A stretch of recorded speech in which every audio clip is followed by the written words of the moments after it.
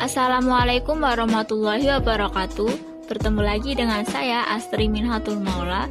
Di video kali ini saya akan membahas tentang dana darurat, tetapi dengan topik seberapa banyak dana darurat yang harus dimiliki saat menghadapi virus corona ini. Mari kita langsung ke pembahasannya.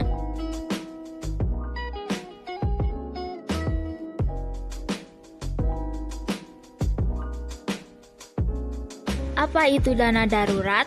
Dana darurat adalah dana yang telah dialokasikan secara terpisah untuk memenuhi kebutuhan yang sifatnya mendesak atau tidak direncanakan. Misalnya, dana darurat biasanya digunakan untuk membiayai kebutuhan per bulan ketika seseorang tiba-tiba terkena PHK. Selain itu, dana darurat biasanya digunakan ketika ada anggota keluarga yang tiba-tiba sakit atau mengalami kecelakaan dan butuh biaya untuk masuk rumah sakit. Dana darurat memiliki dua fungsi utama yang dapat menjamin masa depan seseorang. Pertama, dana darurat dapat menjaga kondisi keuangan dari ketidaksiapan menghadapi hal-hal yang tidak direncanakan. Kedua, dana darurat dapat melindungi investasi masa depan. Caranya adalah dengan menjamin kondisi saat ini. Jadi, kondisi masa depan bergantung pada apa yang kita alami saat ini. Lalu, apa saja kriteria dana darurat? 1. Harus likuid. 2. Disimpan pada tempat yang aman dan mudah diakses jika diperlukan sewaktu-waktu. 3. Jangan letakkan pada investasi yang berisiko tinggi seperti saham ataupun reksadana saham.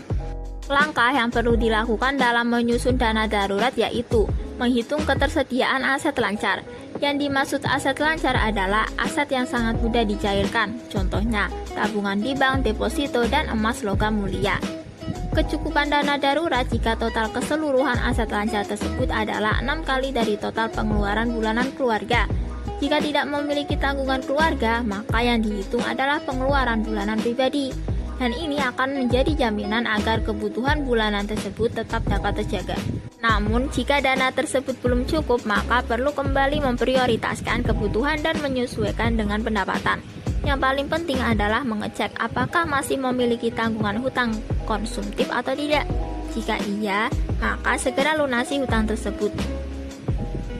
Selain itu, diperlukan tabungan pada rekening yang terpisah dari rekening operasional bulanan.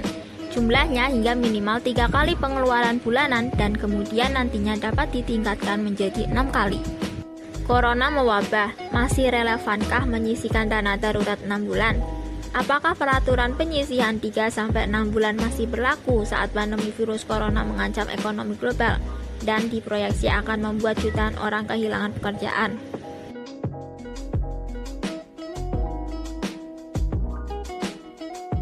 Satu, semakin tidak stabil pekerjaan, maka semakin banyak harus menabung.